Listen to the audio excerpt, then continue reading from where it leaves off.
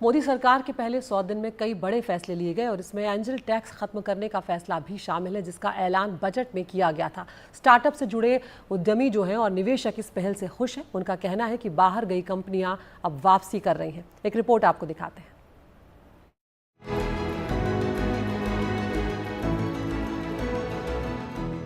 वेणु कंडूर lobe logistics के सह संस्थापक और सीईओ हैं।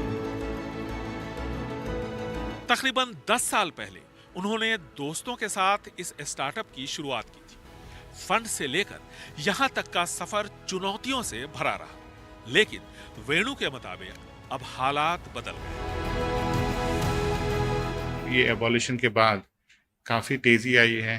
जो इन्वेस्टर्स हैं फ्रॉम यूएस, यूरोप वगैरह, वो देखते हैं कि this is lucrative market for India to invest, right.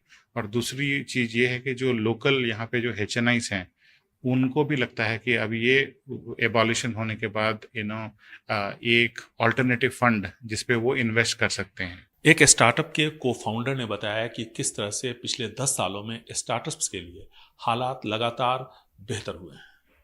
लेकिन एंजल टैक्स हटा देने से कितना फर्क पड़ेगा, ये जानने के लिए हम मिलने पहुंचे मोहनदास पाई से, जो कि एक बहुत बड़े इन्वेस्टर हैं।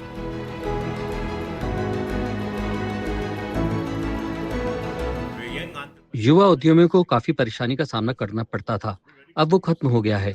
एंजल टैक्स खत्म करने से हालात अब बेहतर होंगे 3-4 महीनों बाद, लेकिन साथ में इन्वेस्टर्स के पुराने इन्वेस्टमेंट असेसमेंट को भी क्लियर तेजी से करना होगा।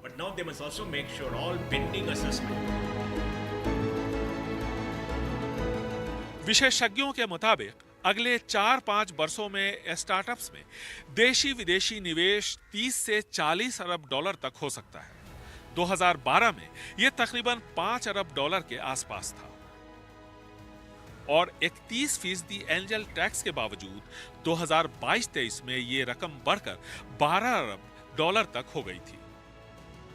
अंतरिक्ष क्षेत्र में स्टार्टअप्स के लिए 1000 करोड़ रुपए का वेंचर कैपिटल फंड बनाने का भी सरकार ने भरोसा दिलाया है।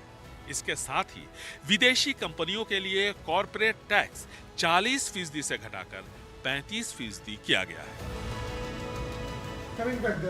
एंजल टैक्स हटाने के बाद बहुत सी कंपनियां अब विदेश से वापस आ रही हैं। मैंने जिन कंपनियों में निवेश किया है, उनमें से भी कुछ कंपनियां वापस आ रही हैं। कुछ देश के स्टॉक एक्सचेंज में लिस्टिंग भी करवा रही हैं।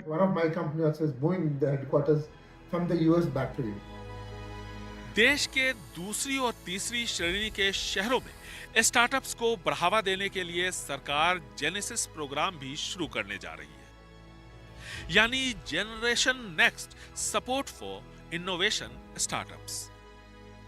बेंगलुरु से कैमरामैन कुमार के साथ निहाल किदवई, NDTV।